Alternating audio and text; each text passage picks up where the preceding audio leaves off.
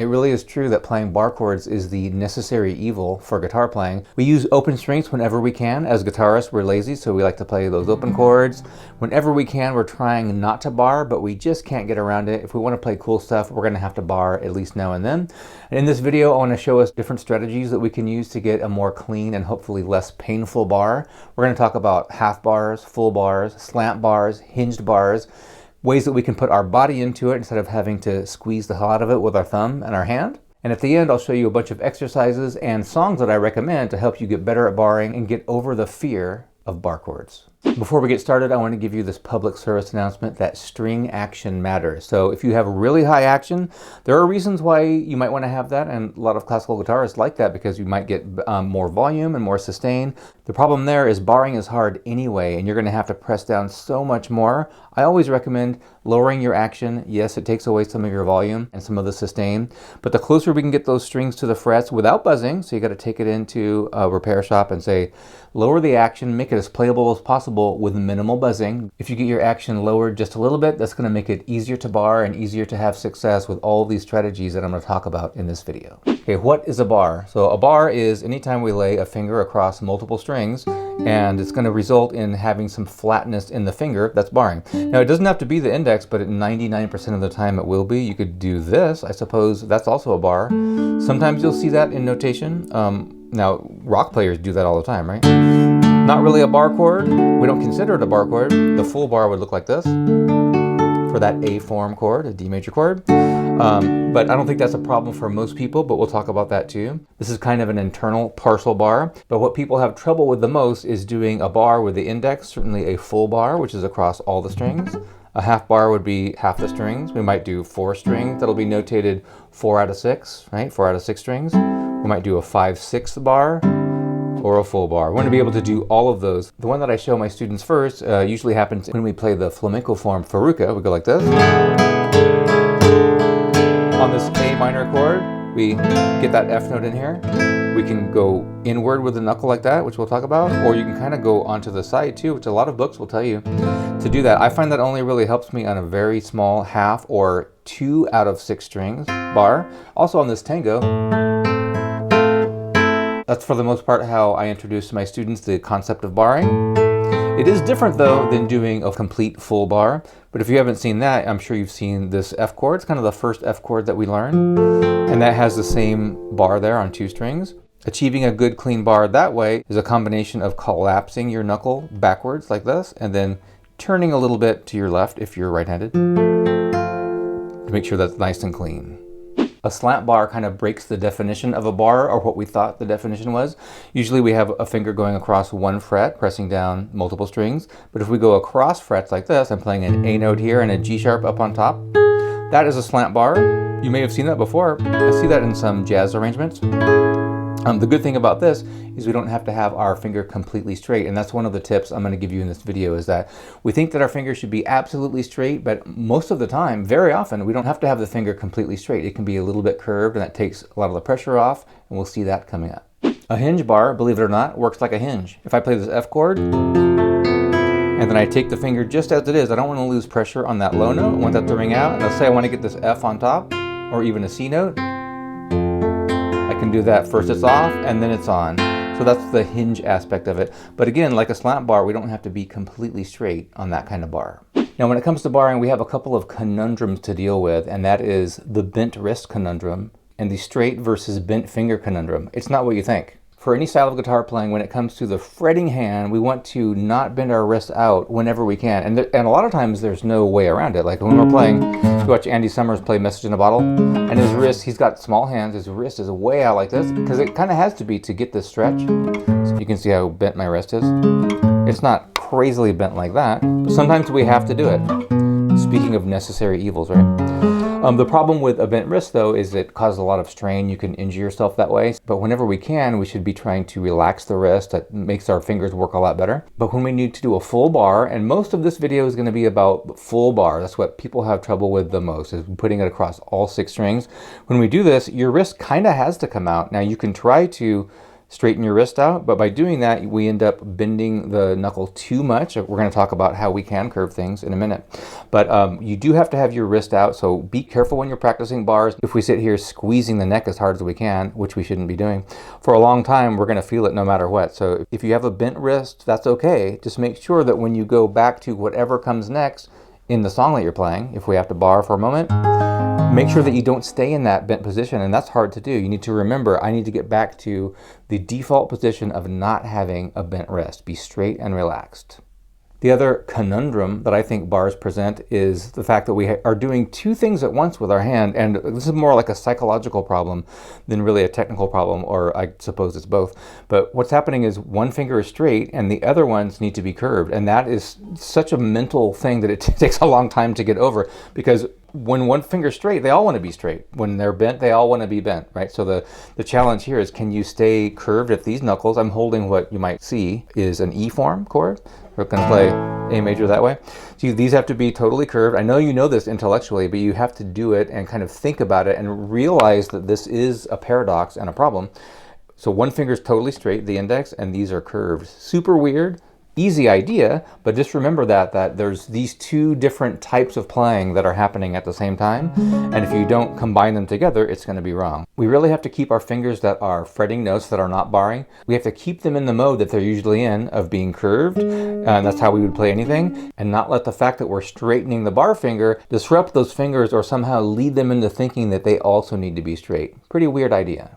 Now, the number one takeaway from this tutorial, the number one tip I could give you from decades of playing and teaching and seeing people do everything wrong, is this idea here. So what people normally do when they first try to bar is they have their finger flat and squeezing too hard. We'll talk about the squeezing too hard thing. But see the knuckle of my index finger? If it's bent here, you might think that you're straight here, but if it's curved here, you're just not going to get the pressure that we need on those other strings.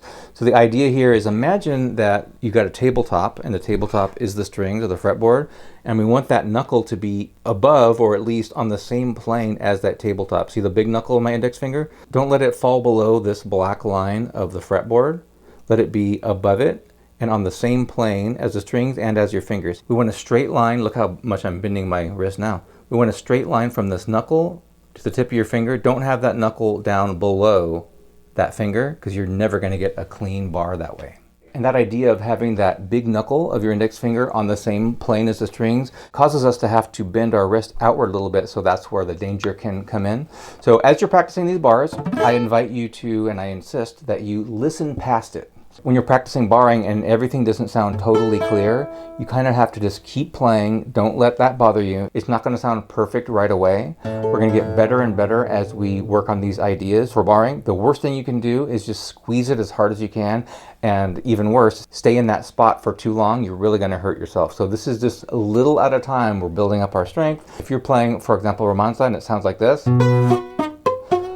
you need to not dwell on it too much and stay there too long, because it will destroy your hand. Just play through it using these ideas that I'm talking about, and you're going to get better, hopefully a little bit every time. You have to listen past it, don't get mad, and keep repeating it forever, because it will destroy your hand. Now, if you have your guitar in your hands right now and you're playing along with me, before we go any further, I want to talk about how we should be putting our body into it before we go any further and further destroy our hands. Most people are squeezing too hard, and that doesn't go just for bars, that's for any type of playing. A lot of us squeeze way harder than we should. The fix for that is to play a note and just keep relaxing it until it's dead, and then put the pressure back until it's not dead. Take it off, taking the pressure off, and then just barely put any pressure on it, and just until you start to hear it's still buzzing a little bit. That's how we know we're not applying too much pressure. And then once it becomes clear, find that spot where it's actually clear, and you'll probably notice that that's way less pressure that you're putting on your finger than you normally do. The same will be true, and maybe even more true, for barring, but what we should try to do first is take our thumb out of the equation. So I had a student years and years ago who lost his thumb in an accident, so he didn't even have that counterbalance, that clamp of the thumb. But I think too often we use the thumb as, the word clamp really gets at it. We shouldn't be using the thumb as a clamp. We want to have a little support there with our thumb, but the pressure on the string should really just be coming from relaxing our arm. Now, if you sit in the traditional classical classical position with your guitar up like this and a little bit out that way. So that makes barring a little bit easier because the mere relaxing of your arm really can help you, and many times, get all the pressure that you need. But that's also true in this flamenco style or folk style that I'm sitting in now. I can relax my arm, and that's getting the pressure that I need. But the real test is laying your finger across all the frets and don't have your thumb touching the guitar. Take it off the back of the neck, and easier said than done, but everything's clear. I can really feel right now, this forces you to not use your thumb and to not squeeze with the grip of your hand. So right now I can feel it in my back. We're trying to use more of our body, not just one little spot of it, right? So this is almost like if you're doing the lat pulls at the gym, that one where we go like this, pulling it back. Those muscles in your back, I would think, are stronger than the ones in your hand. And there's more of them, and there's two of them instead of just one. What you can do here, sometimes if you've never done this before, this can be a revelation. Like, I'm going to pull this way, and so you see how the guitar goes away from me, and I'm going to counter it here as if I were trying to break the neck off the guitar. Don't squeeze that hard. But hypothetically, if you did want to snap the neck off the guitar, that would take a lot of effort. You would have to use both arms to do it so that this doesn't fly out, right? You have to counter it. So that can be, I think, most of the time, for me, the place where all the pressure comes from. So I'm doing a full bar, and I'm using my arm, and partly relaxing my arm, meaning that don't let your shoulder rise up. That's absolutely misplaced tension. Let your shoulders relax. I'm pulling a little bit with my left arm and countering it with my right so the guitar doesn't move. And I have all the pressure that I need to get a full bar. Now the good news here, now you should take this and do it on every fret, I would say. My thumb still is not touching the neck. When your thumb does come, you could say maybe we get a little more help from the thumb if you want, but really the thumb is just there for support. Now we have a nice clean bar. But the thing is, most of the time, you don't have to have your finger completely straight. Let's look at the main theme of Adelita.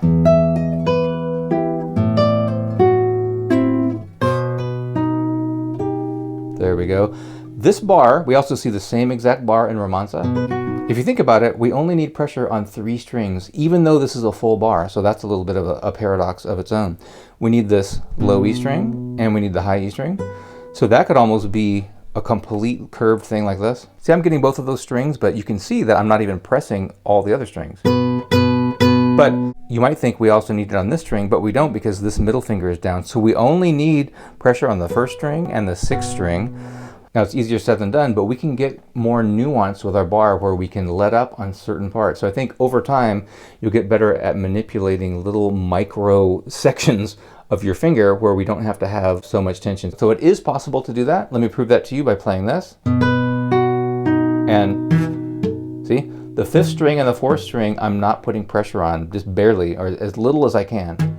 And so that really matters when we're in the heat of battle and having to play some song with a bunch of bars in it, that we really can let up the pressure here and there. So not only am I using my body to do that, I'm also taking a little bit of the heat off of my finger by not having to press on every single area all along the index. Knuckle placement matters. Let's play a B minor chord down here. Now this chord, we don't really even need the 6th string. So if you were reading that in a book, it might say do a 5/6 bar, 5 out of 6 strings, because the root is on the 5th string here.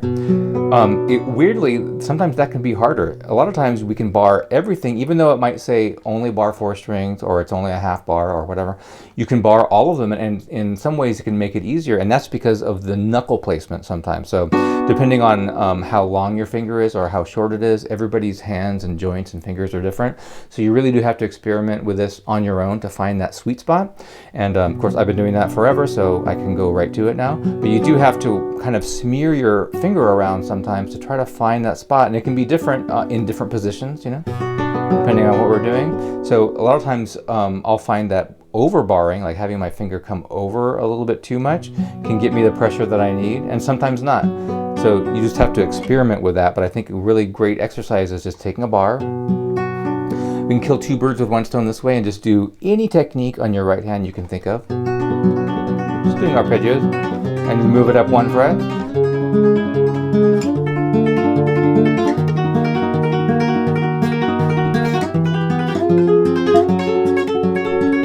But the ultimate exercise is only using the index finger across all 6 strings.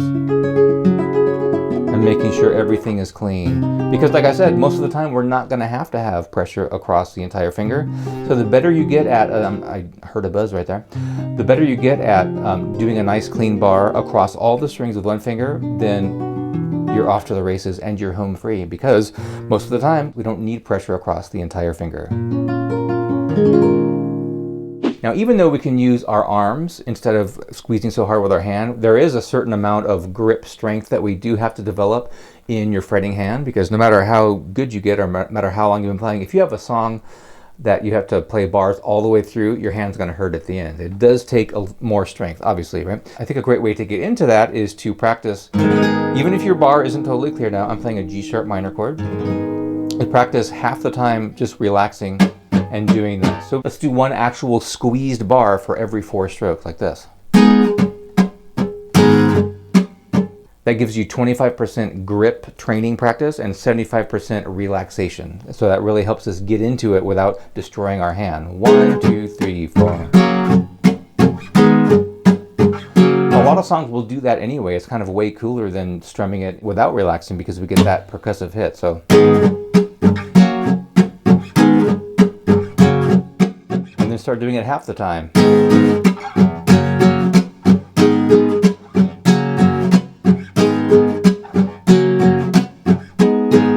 I think the best way to get into bars is by doing half bars, because it's literally half of the full thing that we ultimately want to be able to do. But even that has some challenges and even some differences. So earlier I was saying for a full bar, or really for any bar, we want this big knuckle to be more this direction, kind of on a plane with the strings. Well, when we do a half bar, and this is such a common one here, that's our Stairway to Heaven, or Romanza has it too, A minor chord there. Look how I'm bending backwards. I think this is a great hack for half bars. I'm bending backwards at my index finger there. And again, when you do that, these fingers are doing the opposite. So that's, again, that conundrum thing. It's funny how your fingers want to follow the lead of another finger, especially a dominant finger like the index. But when I bend backwards at this knuckle, it really is effortless. We have to really be bent here. If you don't do that, if you treat it like a straight bar like this, now your fingers are really far away, and they do have a lot of trouble when that happens. So if you can do this, bend the first knuckle in by merely relaxing, and make sure this is almost at a 90-degree angle there, that knuckle. That's going to give you, looks like all the blood leaves my fingertip there. It looks painful, but I don't feel anything. I don't feel anything anymore. What that allows is your fingers here to be closer to the strings rather than way out like this. And we've got to remember, though, that they need to be totally curved. Now, even now, I'm feeling a little bit of pressure in my latissimus dorsi there on both sides, and that's helping me get that pressure without squeezing really much at all in the hand.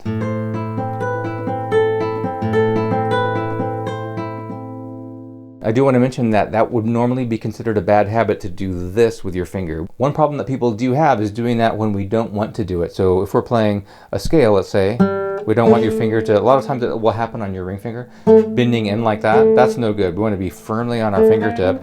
But sometimes we do need to go backwards like that. I would try that with every finger. We will have to, here's a pinky bar. See that sometimes, G major 7th chord. That's a great one. But our index finger is the most dominant finger, the one we're going to use for barring most of the time. I would focus on that one, but it certainly wouldn't hurt to do anything that you do barring wise with your index finger for practice. Do it with the other fingers too. Okay, this would be horrible technique if I weren't doing it on purpose. One song I really like to give students for bars is Gymnopedie. I don't know if that's the correct way to say that, by Erik Satie, because it begins with some half bars. You can keep that bar too. Or if you don't like that, if that's too much barring for you, you could do not a bar and then a half bar. Good practice on getting in and out of the half bar. See how I'm bending backwards?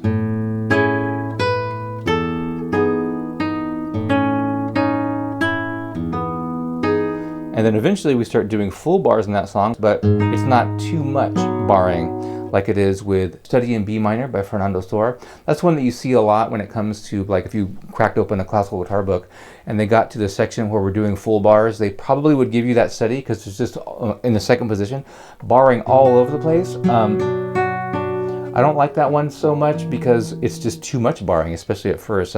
You're going to, like I said, no matter how good you get, if the entire song is barring, it's going to destroy your hand and you're not going to like it. So I would say don't do that one until you feel really, really good playing full bars. What about doing a reverse half bar? There's Leyenda. This is how people are playing it nowadays, but I think Segovia back in the day would do this, barring 3 strings, but we need to hear the B string. So doing it on the bass strings, kind of an interesting way to... The good thing about this is it allows those bass strings to ring out if that's what you want.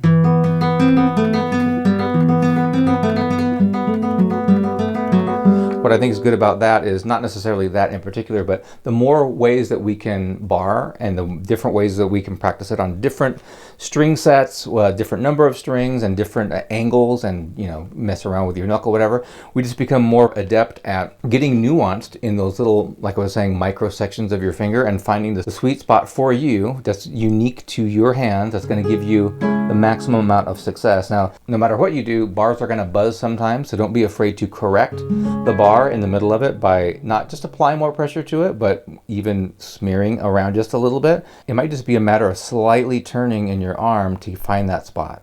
Let's do a couple of bar tests real quick. So on the 5th fret, lay your first finger across all the strings and take the pressure off. Let's say the 3rd string and the 4th string together.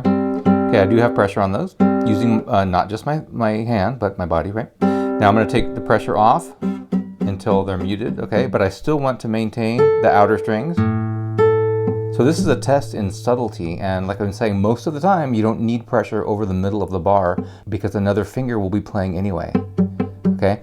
So very often what happens is we need the 1st string, the low E string, and the 2nd string. So see, that was a little bit of a buzz there. Take it off, put it back to where that string is clear, but then this is such a subtle thing. Just like in Romanza and Adelita, we need pressure. This string and that one, but not this one.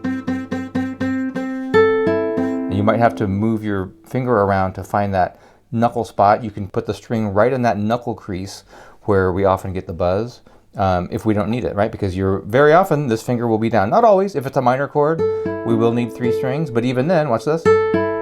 See if you can take the pressure off the 4th string, but leave it on the 3rd. So subtle and nuanced, but that's what we want to do so that we don't kill our hands with bars.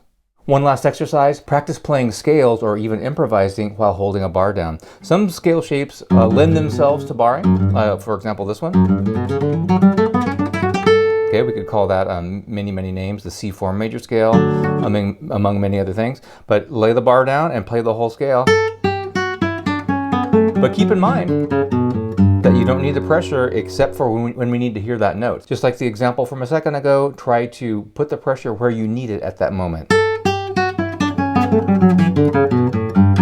Now strum a chord and play some of those scale notes, and that's going to require you to press more of the strings down.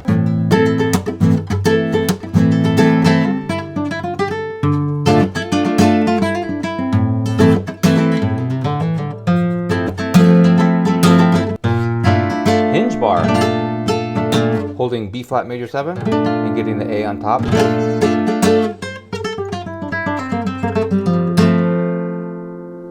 Great practice. I really hope this helped you out with your barring. This is a big issue with the guitarist. People have a real trouble with it. We don't want to hurt ourselves. But now that we have maybe hurt ourselves a little bit in the left hand, let's check out this video where I show you all the techniques for the right hand.